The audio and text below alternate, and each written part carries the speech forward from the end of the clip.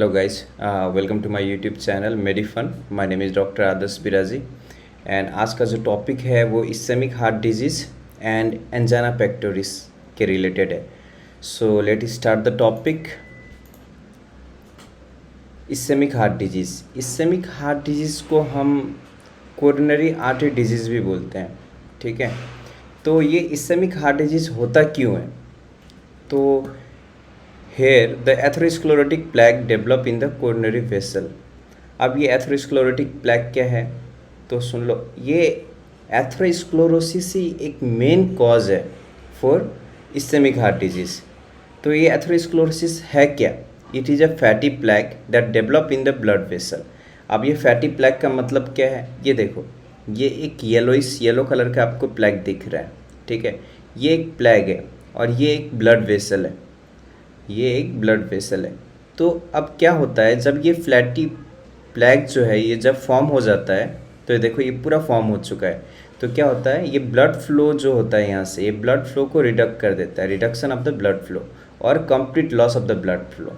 तो क्या होता है, मायोकार्डियम ऑफ द हार्ट को इफेक्ट होता है. ठीक है, उसको इफेक्ट पड़ता है. तो इसके कारण से इस्केमिक हार्ट डिजीज़ होता है.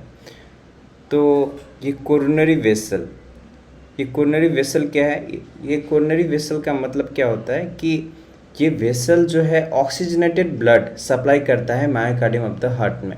ठीक है, तो ये हुआ introduction to the ischemic heart disease.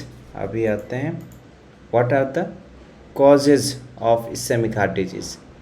तो मेन कॉज जो है इस्केमिक हार्ट डिजीज़ का आपको मैंने बता ही दिया, एथेरोस्क्लेरोसिस. सेकेंड जो है एम्बुलस, vasculitis, vasospasm. So these are the cause for the ischemic heart disease. Now risk factor of ischemic heart disease. क्या क्या रिस्क फैक्टर हो सकता है इस्केमिक हार्ट की डिजीज़ के लिए? तो दो टाइप का रिस्क फैक्टर होता है यहाँ पे, एक मॉडिफाइबल, एक नॉन मॉडिफाइबल. मॉडिफाइबल का मतलब क्या होता है, जो चेंज हो सकते हैं उसको मॉडिफाइबल बोलेंगे, और जो चेंज नहीं होता है इसको हम बोलते हैं नॉन मॉडिफाइबल. तो हाइपरटेंशन एंड डायबिटीज़ मेलाइटस, ये दो जो है मोस्ट इम्पोर्टेंट पॉइंट है इन द मॉडिफाइबल. ये सबसे इम्पोर्टेंट पॉइंट है, तो इसीलिए इसमें स्टार मार्क है. तो ये आपको सबसे ज़्यादा ये जानना है कि ये रिस्क फैक्टर बहुत ज़्यादा इम्पोर्टेंट है. थर्ड क्या है, स्ट्रोक है. फोर्थ अल्कोहल इंटेक, यदि आप अल्कोहल इंटेक ज़्यादा करते हो तो फिर स्ट्रेस होता है, ज़्यादा आप स्ट्रेस लेते हो. फिज़िकल इनएक्टिविटी, आप यदि ज़्यादा फिज़िकल इनएक्टिविटी मतलब क्या होता है, यदि आप कोई काम नहीं करते, एक ही जगह बैठे रहते हो, तो क्या होती है, चांस होता है इस्केमिक हार्ट डिजीज़ का. रिस्क फैक्टर है ये. नॉन मॉडिफाइबल क्या है, age, sex, family history of ischemic heart disease, hypertension and diabetes mellitus. मतलब आपके यदि फैमिली में पहले से किसी को इस्केमिक हार्ट डिजीज़ हुआ है, हाइपरटेंशन हुआ है और डायबिटीज़ मेलाइटस हुआ है. तो नेक्स्ट टॉपिक जो है वो है एंजाना पेक्टोरिस. ये बहुत इंपॉर्टेंट टॉपिक है फ्रॉम कार्डियोवास्कुलर डिजीज़. ठीक है, तो एंजाना पेक्टोरिस में, ये एंजाना का मतलब क्या होता है? Angina means strangle and pectoris means chest. मतलब स्ट्रैंगलिंग ऑफ द चेस्ट को हम एंजाना पेक्टोरिस बोलेंगे. ठीक है, तो ये क्या है, एंजाना पेक्टोरिस क्या है? Angina pectoris is a symptom complex caused by decreased blood flow which cause ischemia to the heart muscle और lack of oxygen to the heart. मतलब क्या है, ये एक सिम्टम कॉम्प्लेक्स है. क्यों होता है? जब ब्लड फ्लो कम हो जाता है तो क्या होता है, इस्केमिया हो जाता है टू द हार्ट मसल और lack of oxygen to the heart. आप ये इस्केमिया क्या है, कि इस्केमिया का मतलब क्या होता है कि जब ब्लड फ्लो कम हो जाता है तो एक टिश्यू का जो मेटाबॉलिक डिमांड जो होता है वो फुलफ़िल नहीं कर पाता है, तो क्या हो जाता है, इस्केमिया हो जाता है. अब एंजाना पेक्टोरिस कितने टाइप के होते हैं? तो टाइप इसका stable angina, unstable angina and Prinzmetal angina और वेरिएंट एंजाइना बोल सकते हैं इसको. तो इन टाइप में से सबसे कॉमनेस्ट टाइप जो होते हैं एंजाइना का, जो सबसे ज़्यादा होता है एक पेशेंट को, ये होता है स्टेबल एंजाइना. ये स्टेबल एंजाइना क्यों होता है? ड्यू टू एथेरोस्क्लेरोसिस के कारण से. एथेरोस्क्लेरोसिस क्या है, अब तो मैंने पहले ही बता दिया. ठीक है, ये एथेरोस्क्लेरोसिस कब होता है? ये atherosclerosis not in rest but in exertion, मतलब क्या होता है कि स्टेबल एंजाइना में एक पेशेंट को कब होगा स्टेबल एंजाइना, जब एक पेशेंट कभी एक्सर्शन में है, मतलब जब वो वॉक कर रहा है, कहीं पे चल फिर रहा है, तो उसको स्टेबल एंजाइना हो सकता है, मगर जब वो रेस्ट करेगा तब उसको नहीं होगा। और क्यों होगा stable angina? Due to atherosclerosis. और अनस्टेबल एंजाइना क्या है? इसमें भी एथेरोस्क्लेरोसिस ही इसका रीज़न है, ठीक है, मगर ये रेस्ट टाइम में होगा। मतलब स्टेबल जो होता है वो एक्सर्शन के टाइम में होता है और अनस्टेबल जो है वो रेस्ट टाइम में होता है। क्यों होता है?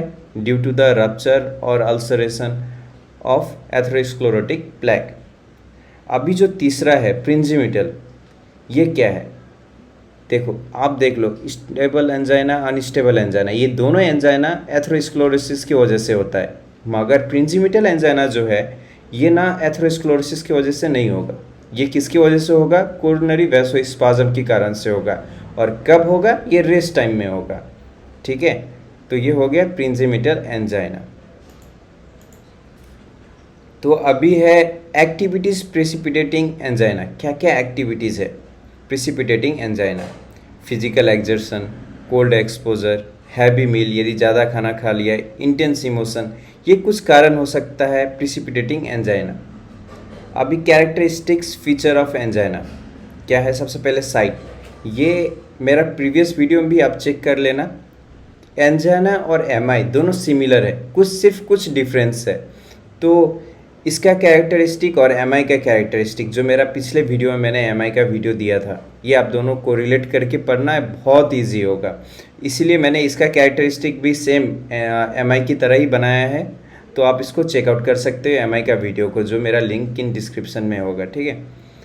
सो साइट कहाँ होता है एंजाइना में? Centre of the chest. MI में भी सेंटर ऑफ द चेस्ट में ही होता है। इसका mode of onset builds of gradually, मतलब ये धीरे धीरे होता है, धीरे धीरे बिल्ड करता है। कैरेक्टर क्या होता है पेन का? टाइटनेस, डिस्कम्फर्ट, हैवीनेस, मतलब आपको इतना हैवीनेस फील होता है कि जैसे एक पेशेंट को क्या लगता है कि एक एलिफेंट जो है उसके ऊपर, उसके मतलब चेस्ट के ऊपर खड़ा हो गया, मतलब ऐसा फील होता है, मतलब ऐसा कैरेक्टर ऑफ पेन होता है। रेडिएशन, हाँ, ये रेडिएट करता है both arm, throat and jaw में। फिर रिलीविंग फैक्टर, आपने यदि मेरा एमआई का वीडियो देखा तो आपने देखा होगा एमआई रिलीफ नहीं होता है, मगर एंजाइना जो है आप यदि रेस्ट करोगे और सबलिंगुअल ग्लाइसराइल ट्राइनाइट्रेट लोगे जीटीएन, तो आपका रिलीफ हो जाएगा।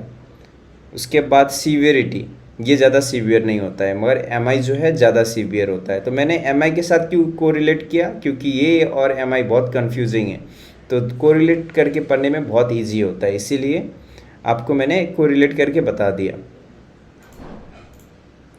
अभी एंजाइना और मायोकार्डिनल इन्फ्रैक्शन, एमआई, एंजाइना और एमआई का कुछ डिफरेंस, ठीक है। एमआई क्या था? एमआई में जीटीएन खाने के बाद रिलीफ नहीं होता था, मगर आप एंजाइना का फर्स्ट नंबर पॉइंट देख लो, relief by taking rest and GTN, इसमें एमआई में नहीं होता है। Severity is mild to moderate, इसका सीवियरिटी जो है ये माइल्ड टू मॉडरेट होता है, मगर एमआई ज़्यादा सीवियर होता है। एंजाइना में एंजाइटी जो होता है, एंजाइटी का जो लेवल होता है वो एकदम कम होता है, नहीं तो किसी पेशेंट में होता ही नहीं, मगर जब एमआई होता है तब आपका एंजाइटी का जो लेवल है वो लेवल बहुत ऊपर होता है, बहुत हाई होता है। फिर 4 नंबर पॉइंट क्या है? कैरेक्टर ऑफ पेन, इसमें टाइटनेस और हैवीनेस होता है, इसमें चोकिंग पेन, डल, कॉन्स्ट्रिक्टिंग, बर्निंग, एकिंग, ये पेन का कैरेक्टर होता है एमआई में और ये एंजाइना में। फिर एसोसिएटेड सिम्टम्स क्या होता है? यहाँ पे ब्रेथलेसनेस होता है, यहाँ पे क्या होता है? प्रोफ्यूज स्वेटिंग होता है, नोजिया होता है, वॉमिटिंग होता है, रेट्रोस्टर्नल पेन होता है। तो ये होते हैं कुछ, ये था कुछ डिफरेंस बिटवीन एंजाइना और एमआई। अभी एक और डिफरेंस बिटवीन है स्टेबल एंजाइना और अनस्टेबल एंजाइना। ये बहुत ज़्यादा पूछने वाला क्वेश्चन है वाइवा के लिए, ठीक है। सो स्टेबल एंजाइना क्या है? It occur in exertion, emotion and stress. जब आप कहीं पे वॉक कर रहे हो, कहीं पे चल रहे हो, तब ये हो सकता है स्टेबल एंजाइना, ठीक है। यदि इंटेंस इमोशन हो गया तब हो सकता है, स्ट्रेस ज़्यादा ले लिया तब स्टेबल एंजाइना हो सकता है, मगर अनस्टेबल एंजाइना जो है वो रेस्ट में होगा, ये आपको पता है। उसके बाद सेकेंड पॉइंट, ये स्टेबल एंजाइना जो है इसका टाइम ऑफ ड्यूरेशन जो है वो 2 से 5 मिनट तक ही होगा, मगर अनस्टेबल एंजाइना जो है वो मोर देन 10 मिनट होगा। स्टेबल एंजाइना जो है ये प्रिडिक्टेबल है, ये आपको पहले से पता होगा कि मतलब पता हो सकता है कि आपको पहले से कुछ दर्द होने लगेगा, आप प्रिडिक्ट कर सकते हो कि कुछ गड़बड़ हो रही है। मगर ये जो है अनस्टेबल एंजाइना ये नॉन प्रिडिक्टेबल है। उसके बाद ये जो है स्टेबल एंजाइना ये बोथ मेल एंड फीमेल में होता है, मगर अनस्टेबल एंजाइना जो है वो सिर्फ फीमेल में होता है मोस्टली। स्टेबल एंजाइना जो है वो पेनलेस होता है, अनस्टेबल एंजाइना जो है ये पेनफुल होता है और सीवियर होता है। तो ये था कुछ स्टेबल एंड अनस्टेबल का डिफरेंस। अभी हम जाते हैं नेक्स्ट टॉपिक की ओर, जो है क्लिनिकल फीचर। अब क्लिनिकल फीचर ऑफ एंजाइना क्या है, ठीक है। तो एक पेशेंट जो है आपके पास, आप एक डॉक्टर हो, आपके पास पेशेंट क्या लेके आएगा, मतलब किस चीज़ का हिस्ट्री लेके आएगा। तो patient comes with a history of smoking, hypertension, diabetes, obesity, और यही चीज़ इसका रिस्क फैक्टर भी था। मॉडिफाइबल रिस्क फैक्टर जो है यही चीज़ इनका मॉडिफाइबल रिस्क फैक्टर भी था। फिर उसके बाद सिम्टम्स, क्या क्या सिम्टम्स लेके आता है एक एंजाइना का patient. Central chest pain, discomfort और ब्रेथलेसनेस, ये सिम्टम लेके आता है। और ये जो है आपको बोलेगा कि मतलब मुझे ऐसा हुआ था, फिर मैं बैठ गया, थोड़ा रेस्ट किया तो मुझे आराम हो गया। तो आपको मतलब समझ जाना है कि अच्छा इसको बैठने के बाद आराम हो गया, मतलब इसको स्टेबल एंजाइना था एज अ डॉक्टर। यदि बोला कि डॉक्टर ने, तो आपको पूछेगा कि बैठने के बाद आराम हुआ, नहीं हुआ, मतलब अनस्टेबल एंजाइना की तरफ चला गया, ठीक है ना। तो ये सब चीज़ आप देख लेना। फिर आता है इन्वेस्टिगेशंस ऑफ एंजाइना। क्या क्या इन्वेस्टिगेशन हमको करना होता है। सबसे पहले ईसीजी करते हैं हम, ठीक है। ईसीजी में यहाँ पे हम 2 ईसीजी करते हैं, एक रेस्टिंग ईसीजी और एक एक्सरसाइज ईसीजी। मतलब कि तो क्यों ये रेस्टिंग और एक्सरसाइज क्यों करते हैं, पता करने के लिए कि स्टेबल था कि अनस्टेबल था। तो रेस्टिंग ईसीजी क्या होता है, एसटी सेगमेंट डिप्रेशन होता है और एलिवेशन होता है विथ और विदाउट टी वेव इन्वर्सन। और एक्सरसाइज ईसीजी का क्या होता है, एक्सरसाइज इंड्यूस्ड एसटी डिप्रेशन मिलता है। मतलब एक्सरसाइज ईसीजी में एसटी डिप्रेशन होता है और रेस्टिंग ईसीजी में एसटी डिप्रेशन होता है और एलिवेशन होता है, मतलब दोनों हो सकता है, विथ और विदाउट टी वेव इन्वर्सन होता है। उसके बाद हम और कुछ इन्वेस्टिगेशन करेंगे, जैसे हम बोलेंगे चेस्ट एक्सरे कर लेने को, इकोकार्डियोग्राफी करने को, ब्लड ग्लूकोज करने को। तो ये कुछ इन्वेस्टिगेशंस है जो हमको करना होता है एंजाइना पेक्टोरिस के लिए। अब जो मेन है वो ट्रीटमेंट, हम क्या ट्रीटमेंट देंगे, ठीक है। तो सबसे पहले बेड रेस्ट, हाँ। उसके बाद कैल्शियम चैनल ब्लॉकर देंगे, जैसे वेरापैमिल, डिल्टियाजिम, एम्लोडिपिन, ये देंगे। फिर एंटी प्लेटलेट थेरेपी देंगे, लो डोज एस्पिरिन और क्लोपिडोग्रिल देंगे। बीटा ब्लॉकर देंगे, यदि कोई भी कॉन्ट्रा इंडिकेशन नहीं हुआ तो ही हम बीटा ब्लॉकर देंगे, जैसे एटेनोलोल, बिसोप्रोलोल, मेटोप्रोलोल, प्रोपेनोलोल, ये सब हम दे देंगे बीटा ब्लॉकर। फिर सबलिंगुअल जीटीएन दे देंगे, क्योंकि आपको मैंने पहले ही बता दिया था कि रेस्ट और जीटीएन खाने पे स्टेबल एंजाइना रिलीफ हो जाता है, तो हम जीटीएन भी देते हैं ट्रीटमेंट में। उसके बाद CABG, coronary artery bypass grafting भी करते हैं जब इंडिकेटेड हुआ। उसके बाद पीसीआई, परक्यूटेनियस कोरोनरी इंटरवेंशन करते हैं व्हेन इंडिकेटेड। तो मैंने जब ये पढ़ा था तो मैं कैसे करके पढ़ता था, अच्छा एंजाइना का ट्रीटमेंट मतलब क्या करना होता है कि मतलब सीएबीजी याद रखता था मैं। सीएबीजी मतलब क्या, calcium channel blocker, anti platelet therapy, beta blocker and GTN, CABG. और उसके बाद लास्ट सीएबीजी खुद भी, कोरोनरी आर्टरी बाईपास ग्राफ्टिंग। तो लास्ट जो है, क्या एडवाइस दोगे आप, एक एंजाइना का पेशेंट आया, स्टेबल एंजाइना का पेशेंट आया, आप उसको क्या एडवाइस दोगे। सबसे पहले लाइफस्टाइल मॉडिफिकेशन का हम उसको एडवाइस देंगे, लाइफस्टाइल मॉडिफिकेशन। फिर avoid stressful exercise, avoid smoking, low fat diet खाने के लिए, मेंटेन बीएमआई मेंटेन करने के लिए, और अल्कोहल जो है वो अवॉइड करने के लिए। तो ये कुछ एडवाइस था जो हम स्टेबल एंजाइना पेशेंट को देंगे। तो आज का जो टॉपिक था ischemic heart disease and angina pectoris वो यहीं तक था। ठीक है, तो thank you for watching my video. तो आप लोग यहाँ तक यदि आपने देखा है तो प्लीज़ लाइक शेयर सब्सक्राइब कर देना मेरे चैनल को। और मैं कोशिश रहता है मेरा कि मतलब आपको जो है जितना कुछ आपको, आप यदि मेडिकल फील्ड से हो या नॉन मेडिकल फील्ड से हो, मेरा कोशिश रहता है कि आपको मैं सब कुछ दे सकूँ जिससे आप समझ पाओ कि हर एक डिजीज़ क्या क्या होता है और क्यों होता है, और इसके बारे में मतलब उसके रिलेटेड मेरे पास जितना इन्फॉर्मेशन है मैं ट्राई करता हूँ कि मैं आपको दूँ।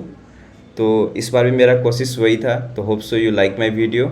So thank you for watching my video.